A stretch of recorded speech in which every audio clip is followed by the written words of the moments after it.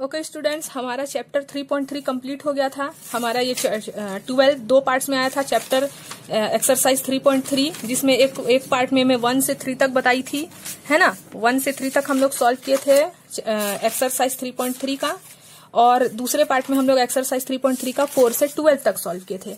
अब हम लोग को देखना है एक्सरसाइज 3.4, ठीक है। तो एक्सरसाइज 3.4 देख लेते हैं। ये बहुत छोटा सा चैप्टर है, तुरंत कंप्लीट हो जाएगा।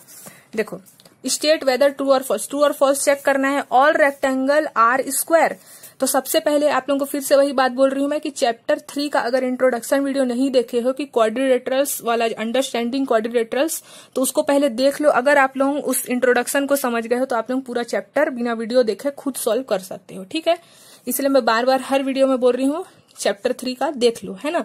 अब स्टेट वेदर ट्रू और false. All rectangle are square. देखो, रेक्टेंगल जो है क्या वो स्क्वायर होगा? नहीं होगा, क्योंकि स्क्वायर का चारों साइड इक्वल होता है और रेक्टेंगल का 2 साइड इक्वल होता है। ये तो तुरंत फॉल्स लिख देंगे हम लोग। अब बोल रहा है all rhombus are parallelogram. Rhombus में भी 2 साइड इक्वल होता है और पैरेललोग्राम में भी, रोम्बस भी इस टाइप का बना रहता है और पैरेललोग्राम भी इस टाइप का, लेकिन पैरेललोग्राम थोड़ा रेक्टेंगल के शेप में रहता है और रोम्बस स्क्वायर के। लेकिन रोम्बस में भी 2 साइड इक्वल होता है और पैरेललोग्राम में भी 2 साइड इक्वल होता है, इसीलिए क्या होगा? ट्रू होगा, ठीक है। All square are rhombus and also rectangle. क्या ऑल स्क्वायर है वो रोम्बस और रेक्टेंगल हो सकता है? हो सकता है, क्योंकि स्क्वायर भी 90 डिग्री में बनता है और रोम्बस और इसका भी 90 डिग्री ही होता है और चारों का सम 360 होता है, इसीलिए ट्रू, ठीक है। जैसा नीड होगा वैसे हम लोग कर सकते हैं। All square are not parallelogram. क्या जो स्क्वायर है वो पैरेललोग्राम होगा? ऑल स्क्वायर, सभी स्क्वायर है ना, सभी ऑल की बात कर रहा है, तो नहीं हो सकता, क्योंकि इसमें दो साइड इक्वल होता है और इसमें चारों साइड इक्वल होता है। All kites are rhombus. Kites किस शेप में होता है? इस शेप में, है ना। और रोम्बस का तो हमारा जो साइड होता है वो इक्वल होता है, लेकिन काइट में तो हमारा साइड इक्वल नहीं होता, इसीलिए फॉल्स। और रोम्बस आर काइट। हाँ, और रोम्बस काइट हो सकता है, लेकिन ऑल काइट्स रोम्बस नहीं हो सकता है, ठीक है। All parallelogram are trapezium. Trapezium किस टाइप का शेप में रहता है? इस टाइप का शेप में रहता है। और पैरेललोग्राम कैसा रहता है? इस टाइप के शेप में रहता है, ठीक है। लेकिन ट्रेपेजियम में भी हमारा 2 पैरेलल साइड होता है और इसमें भी 2 पैरेलल साइड होता है और दोनों का ही सम हमारा जो होता है वो 90 डिग्री होता है, इसीलिए हम लोग इसको ट्रू बोल सकते हैं। इसीलिए हम लोग बोल सकते हैं कि और पैरेललोग्राम आर ट्रेपेजियम, लेकिन ऑल ट्रेपेजियम पैरेललोग्राम नहीं हो सकता है, ठीक है। All square are trapezium. क्या सभी स्क्वायर ट्रेपेजियम हो सकता है? हो सकता है, वही 90 डिग्री के हिसाब से हो सकता है। मतलब जैसा नीड रहेगा, जैसे आप लोगों को जरूरत पड़ेगा, उस हिसाब से हम लोग क्वेश्चन में उसको फिट कर सकते हैं, ठीक है। अब आप लोगों को ये और अच्छे से समझ में आएगा यहाँ से, ठीक है। क्वेश्चन नंबर 2 से आप लोगों को क्वेश्चन इधर जो है ना हमारा, इधर जो हम लोग पढ़ने वाले हैं, उससे आप लोगों को पूरा क्लियर हो जाएगा ट्रू और फॉल्स। देखो, identify all the quadrilaterals that have. अब हम लोग को आइडेंटिफाई करना है कि all quadrilaterals. Question number A क्या बोल रहा है? 4 साइड ऑफ इक्वल लेंथ।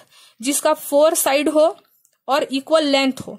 तो हम लोग क्या पढ़े हैं? 4 साइड और इक्वल लेंथ किसका किसका होता है? रोम्बस और स्क्वायर का। तो ये हो गया answer.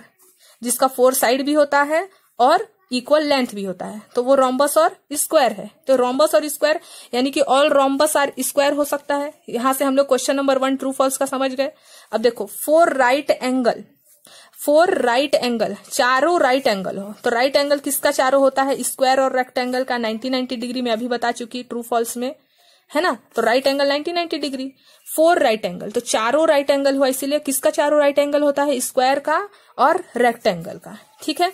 Explain how a square is quadri. अब हम लोग को एक्सप्लेन करना है कि स्क्वायर कैसे क्वाड्रिलेटरल है। तो क्वाड्रिलेटरल तो किसी भी शेप में रहता है ना, जिसमें 4 साइड होता है, 4 साइड होता है, वही क्या कहलाता है? क्वाड्रिलेटरल। अब पूछ रहे हैं कि explain how square is quadrilateral. Square quadrilateral कैसे हो सकता है? तो हम लोग ट्रू फॉल्स में भी उधर हम लोग पहचान सकते हैं। अगर ये आ जाता है तो देखो, ए स्क्वायर हैज 4 साइड। देखो, स्क्वायर में भी 4 साइड होता है, क्वाड्रिलेटरल में भी 4 साइड होता है, इसीलिए हम लोग बोल सकते हैं कि क्वाड्रिलेटरल स्क्वायर बन सकता है ना। A square has 4 side so it is quadrilateral, यानी कि स्क्वायर को भी हम लोग क्वाड्रिलेटरल बोल सकते हैं, क्योंकि स्क्वायर में भी 4 साइड होता है और क्वाड्रिलेटरल में भी 4 साइड होता है। A parallelogram. अब स्क्वायर पैरेललोग्राम कैसे हो सकता है? एक ही क्वेश्चन है, उसी को हम लोग ABCD में सॉल्व कर रहे हैं, ठीक है। तो ये जो स्क्वायर है वो पैरेललोग्राम कैसे हो सकता है? A square has its opposite side. Square में भी अपोजिट साइड पैरेलल होता है ना। ये अपोजिट साइड इसका ये है, ये पैरेलल है, इसका अपोजिट साइड ये है, ये भी पैरेलल है। और पैरेललोग्राम में भी सेम वही चीज होता है ना, इस टाइप का शेप में बने रहता है पैरेललोग्राम। तो हम लोग बोल सकते हैं square has its opposite side parallel so it is parallelogram. समझ गए क्यों होता है? अब क्या स्क्वायर रोम्बस हो सकता है? कैसे होता है? स्क्वायर रोम्बस होता है तो कैसे होता है? Square is a rhombus with all the 4 side equal. Rhombus में भी चारों साइड इक्वल होता है और स्क्वायर में भी चारों साइड जो होता है वो इक्वल होता है। जैसे हम लोग यहाँ पढ़ चुके 4 side of equal length, rhombus and square. तो स्क्वायर रोम्बस हो सकता है ना। A rectangle, A square is a rectangle. Square जो है वो रेक्टेंगल हो सकता है with each angle right angle, क्योंकि स्क्वायर और रेक्टेंगल दोनों का ही जो हमारा एंगल बनता है वो 90 डिग्री का बनता है। यहां मैं बता चुकी आप लोगों को 4 राइट एंगल्स। स्क्वायर में भी 4 राइट एंगल बनता है और रेक्टेंगल में भी 4 राइट एंगल बनता है, 90 डिग्री बनता है। इसीलिए हम लोग बोल सकते हैं कि स्क्वायर रेक्टेंगल हो सकता है। ठीक है, क्वेश्चन नंबर 4 देख लेते हैं। Name the quadrilateral whose diagonals.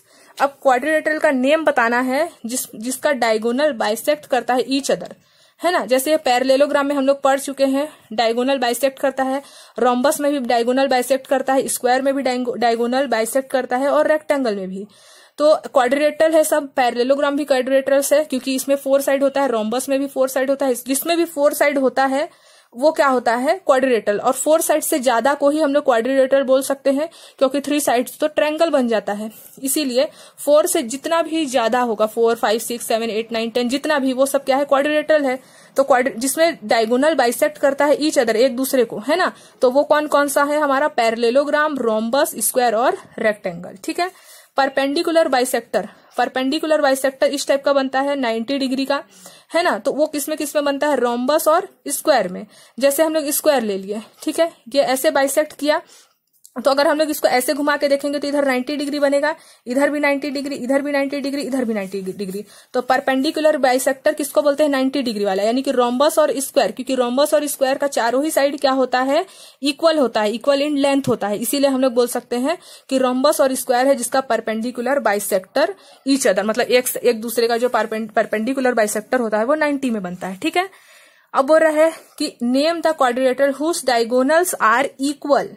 अब इक्वल होता है जिसका डायगोनल, तो स्क्वायर और रेक्टेंगल का जो डायगोनल होता है वो इक्वल होता है लेंथ में। मैं आप लोगों को एक्सरसाइज 3.3 में बता भी चुकी हूँ, प्रूफ किए थे हम लोग।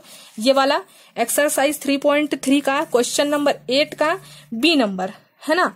इसी के प्रीवियस वीडियो में आप लोग देख सकते हो, एक्सरसाइज 3.3 क्वेश्चन नंबर 8, है ना। अभी अभी आया है वाला वीडियो, देख सकते हो।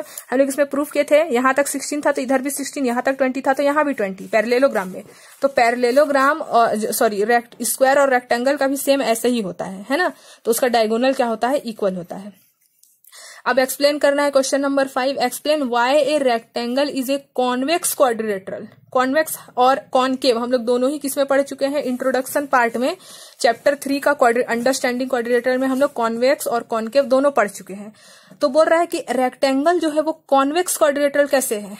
कॉन्वेक्स, कॉनकेव में हम लोग इस टाइप का फिगर देखे हैं। कॉनकेव में अंदर के साइड कर्व होता है और कॉन्वेक्स में बाहर, देखो पूरा बाहर है ना इसका कर्व, बाहर साइड है ये कर्व, इधर भी, इधर भी, इधर भी।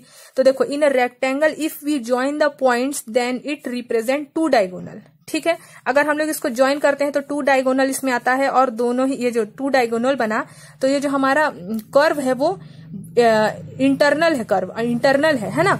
लाई इन इंटीरियर, देखो इंटीरियर है the rectangle, thus a rectangle is convex. और अगर जैसे बाहर इधर मुड़ता है अंदर की ओर तो इधर से हम लोग देखेंगे तो कर्व कैसा है? अगर इस टाइप का शेप वाला रहता है कर्व, है ना, तो जैसे मान लो इस टाइप का शेप बना रहता, ठीक है, या फिर कोई सा भी ऐसा बना हुआ है शेप है तो हम लोग इसको क्या बोलेंगे? कॉनकेव। लेकिन अगर वही ऐसे बना वाला शेप है ना, ऐसे बाहर निकला हुआ है वो, तो हम लोग उसको यानी कि इंटीरियर बन रहा है उसका, हमारा जो कर्व है, तो उसको क्या बोलेंगे? कॉन्वेक्स। समझ गए? तो ये हमको लिखना पड़ेगा। अब देखो ABCD is a right angle, question number 6 में बता दिया है ABCD राइट एंगल है। ठीक है, AB और CD ये राइट एंगल है। राइट एंगल मतलब 90 डिग्री और बीच में सेंटर पॉइंट, मिड पॉइंट है O। ठीक है, और बोल रहा है एक्सप्लेन व्हाई O इज इक्विडेसेंट। इक्विडेसेंट मतलब इक्वल है। O क्या है? इक्वल है, क्योंकि हम पढ़ चुके हैं रेक्टेंगल में जो हमारा डायगोनल होता है वो इक्वल होता है ना। From ABC the dotted lines are drawn additionally to help you. ये हमारा बुक में दिया हुआ है, हम लोग खुद से नहीं ड्रॉ किए हैं, ये डॉटेड लाइन क्या रिप्रेजेंट कर रहा है, एडिशनली हेल्प के लिए रिप्रेजेंट, क्योंकि ये नहीं रहता तो हम लोग को समझ में नहीं आता ये कौन सा फिगर है, तो हम लोग को समझ में नहीं आता, इसलिए रेक्टेंगल फिगर है इसलिए डॉटेड लाइन लगा दिया। हम लोग को मेन काम किसका है, ए बी सी और डी का, और ये ओ है मिड पॉइंट। तो हम लोग को पता है कि जो एडी है और बीसी है वो पैरेलल है, एडी और बीसी पैरेलल है, ठीक है, और एबी और डीसी भी पैरेलल है, ठीक है। अपोजिट लाइन पैरेलल होता है हम लोग जानते हैं, है ना। और एबीसीडी इज ए पैरेललोग्राम, और ये क्या है, पैरेललोग्राम है, या फिर आप लोग क्या बोल सकते हो, रेक्टेंगल भी बोल सकते हो। And diagonals of a parallelogram bisect each other, और जो डायगोनल है वो एक दूसरे को बाइसेक्ट कर रहा है पॉइंट ओ में, तो हम लोग बोल सकते हैं O A is equal to O C, BO is equal to OD लिख सकते हैं, क्योंकि इक्वल कर रहा है ईच अदर, एक ही पॉइंट पे हम डायगोनल जो है वो क्या कर रहा है, बाइसेक्ट कर रहा है। तो हम लोग बोल सकते हैं AO is equal to OC, BO is equal to OD, चारों ही इक्वल है, यानी कि हम लोग बोल सकते हैं जो O है वो क्या है, इक्विडेसेंट फ्रॉम ABC, है ना। इक्विडेसेंट मतलब इक्वल उसको डिवाइड करता है, जो पॉइंट O है, इक्विडेसेंट मतलब इक्वल डिवाइड करता है फ्रॉम ABC, ठीक है। तो हम लोग क्वेश्चन नंबर 6 में इतना ही करना था। तो हमारा जो एक्सरसाइज 3.4 है वो भी कंप्लीट हो गया। एक्सरसाइज 3.4 हम लोग चैप्टर 3 में कितना एक्सरसाइज पढ़े हैं, एक इंट्रोडक्शन वीडियो आया था, 3.1 हो गया, 3.2 भी हो गया, 3.3 भी हो गया और 3.4। 3.3 का 2 पार्ट्स है, जिसमें फर्स्ट पार्ट में क्वेश्चन नंबर 1 से 3 है और सेकंड वाले में 4 से 12 है, ठीक है। तो हमारा चैप्टर 3 आज कंप्लीट हो गया है, अंडरस्टैंडिंग क्वाड्रिलेटरल्स। अब नेक्स्ट वीडियो में हम लोग देखेंगे चैप्टर 4 कंस्ट्रक्शन, ठीक है।